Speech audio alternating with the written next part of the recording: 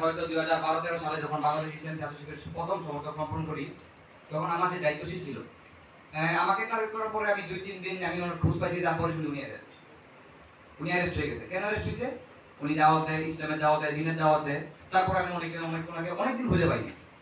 যখন 2015-16 সালের দিকে যখন আমি ক্লাস 6-এ উঠলাম, তখন আবার আমি ওনার সাথে যোগাযোগ করি, ওনাকে আবার পাই। তখনও কিছুদিন পরে শুনি উনি আবার অ্যারেস্ট।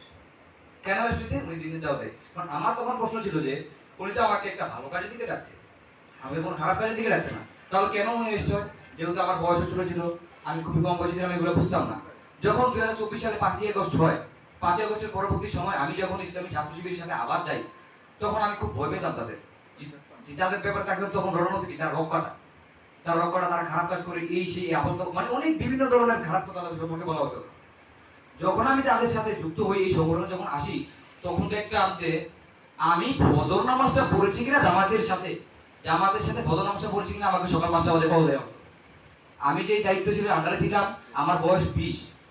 20 বছরের ছেলেকে যখন একটা 19 বছর, আমার যে দায়িত্বশীল ছিল যার বয়স ছিল 19 বছর, 20 বছরের ছেলেকে যখন একটা 19 বছর বয়সের ছেলে ফোন দিয়ে বলে যদি আপনি কি ফজর নামাজ আমাদের সাথে পড়েছেন? আমি বললাম জি ভাই, আলহামদুলিল্লাহ পড়েছি।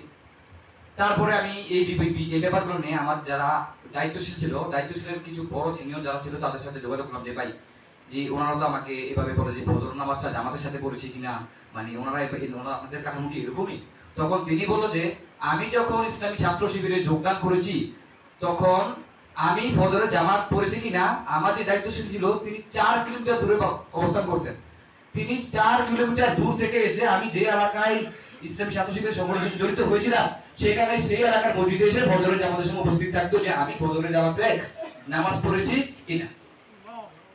তো ভাইয়েরা, বাংলাদেশ জামাত ইসলামীর অনেক ভাইয়েরা যারা আছেন, আমি শুধু একটা কথাই বলতে চাই, আমি আপনাদের অনেকের ছেলেদেরকেই দেখি যে ইসলামী ছাত্র শিবিরে আপনারা দেন না।